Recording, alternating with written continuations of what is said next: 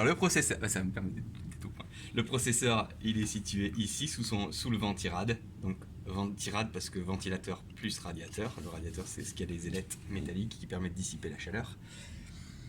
On n'enlève jamais le ventirad si on n'a pas de pâte thermique pour pouvoir le remettre derrière, parce que la pâte thermique qui est située entre le ventirad et le processeur se dégrade à l'air, et puis surtout même quand elle a déjà chauffé, il a déjà fonctionné, donc automatiquement il faudra remettre de la pâte thermique neuve. Donc aux élèves pendant le TP je ne fais pas enlever. Donc sur une carte mère on va retrouver différents sockets et emplacements, et surtout ce qui est important sur une carte mère c'est son processeur et son mode de fonctionnement et de calcul et puis de transmission d'informations avec les autres éléments. Traduction socket. Socket, c'est l'emplacement pour le processeur. Ah, d'accord. Et après on a le chipset.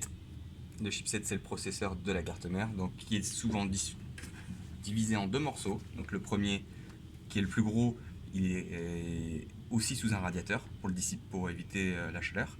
Et le second, souvent c'est une puce simplement comme celle-ci qui est sur la carte mère et qui fait la partie qu'on appelle soft bridge. Donc North Bridge le plus important et soft bridge le deuxième.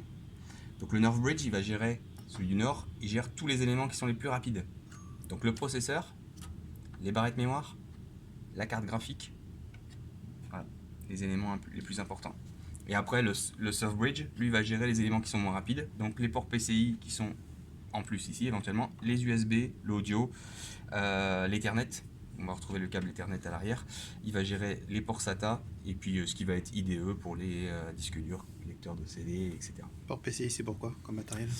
Alors ces anciens ports, là on a différents ports PCI, hein. On a des ports PCI qu'on appelle PCI Express, ils sont noirs là sur cette carte là, et puis les blancs qui sont les PCI classiques. Alors les PCI classiques ils sont en 133 MHz, donc ils ont une fréquence moins élevée, et ceux-là ce sont pour des vieilles cartes, donc on peut trouver encore des vieilles cartes réseau comme ça, ou des vieilles cartes modem.